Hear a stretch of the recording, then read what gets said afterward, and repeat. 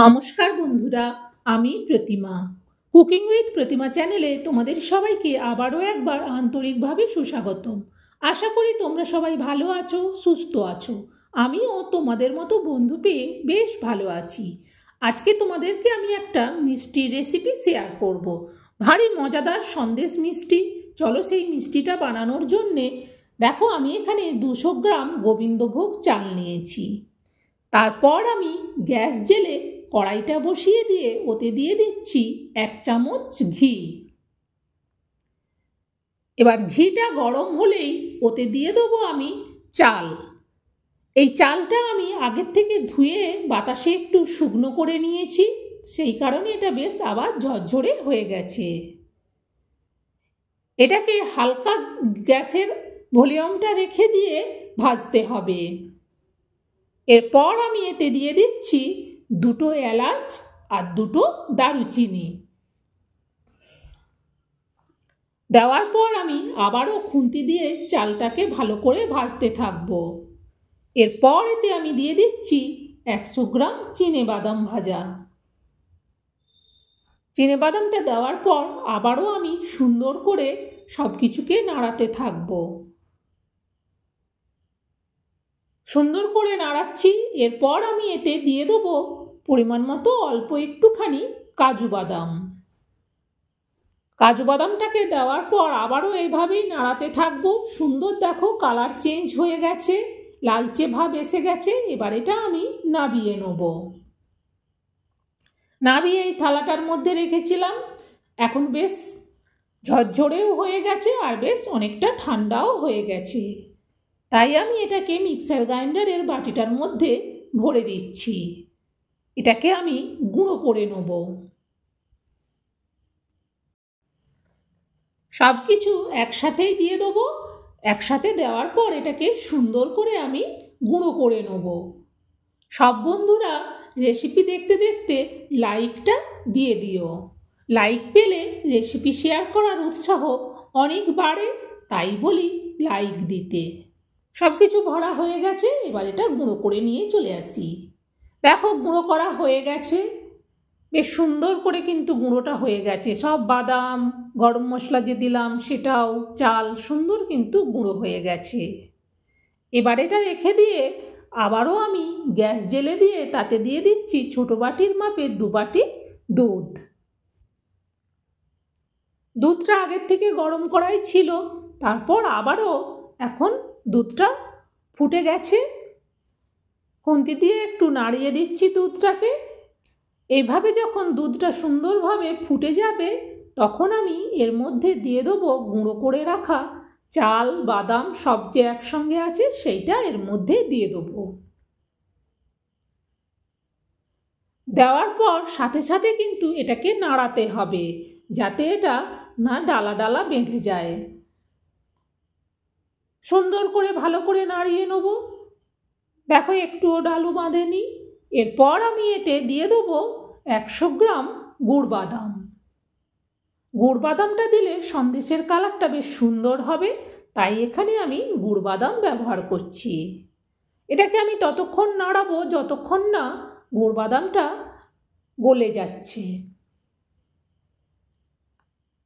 যে সমস্ত নতুন বন্ধুরা আজকে আমার এই ছোট্ট পরিবারে এসে আমার এই সন্দেশ মিষ্টির রেসিপিটা দেখছো, আমার এই ছোট্ট পরিবারের বন্ধু হয়ে আমার পাশে থেকো। আমার জানা রেসিপিগুলো তোমাদের সবাইয়ের খুব ভালো লাগবে। দেখো আমি এরপর এতে দিয়ে দেবো 10 টাকার আমুল দুধ। সেই পুরো আমুল দুধটা এর মধ্যে দিয়ে দেবো। 200 গ্রাম চালের জন্যে এই 10 টাকার আমুল দুধ হলেই হয়ে যাবে। আবারও আমি খুন্তি দিয়ে সুন্দর করে সব কিছুকে নাড়াবো। সব কিছু কিন্তু সুন্দরভাবে মিশে গেছে। এইভাবে যতক্ষণ না বাতাসাটা গলে যায় ততক্ষণ কিন্তু এটাকে এভাবে নাড়াতে হবে। এরপর আমি এটা নাবানোর আগে দিয়ে দেবো আবারও 1 চামচ ঘি। 1 চামচ ঘি দেওয়ার পর এটাকে সুন্দর করে মিশিয়ে নেব। মিশিয়ে তারপর আমি এটা নাবিয়ে নেব। নাবিয়ে নেওয়ার জন্যে এই বাটিটা আমি নিয়েছি কাঁচের। এই বোলটার মধ্যে আমি দিয়ে দিচ্ছি আবারও কিছুটা ঘি। ঘি দেওয়ার পর আমি হাত দিয়ে পুরো বাটিটার মধ্যে ঘিটা লাগিয়ে দিচ্ছি। তারপর আমি কড়াই থেকে পুরো সন্দেশের পেস্টটাকে তুলে নিচ্ছি। এইভাবে বাড়িতেই যদি মিষ্টি বানাও দেখবে আর তখন দোকান থেকে কিনে খেতেই ইচ্ছে করবে না, এটা এতটাই সুন্দর স্বাদের হয়। তাই বলবো হোলিতে একদিন হলেও এই মিষ্টিটা বানিয়েও, খুব সুন্দর লাগে খেতে। সবটা দিয়ে দিয়েছি, এবার আমি হাত দিয়ে এটাকে সুন্দরভাবে চেপে চেপে একেবারে প্লেন করে দেবো উপরটা। আর হাত দিয়ে চেপে দেবো যাতে হচ্ছে তলাতে ফাঁকা টাকা না থেকে যায়, যাতে সন্দেশটা খুব সুন্দরভাবে ওঠে।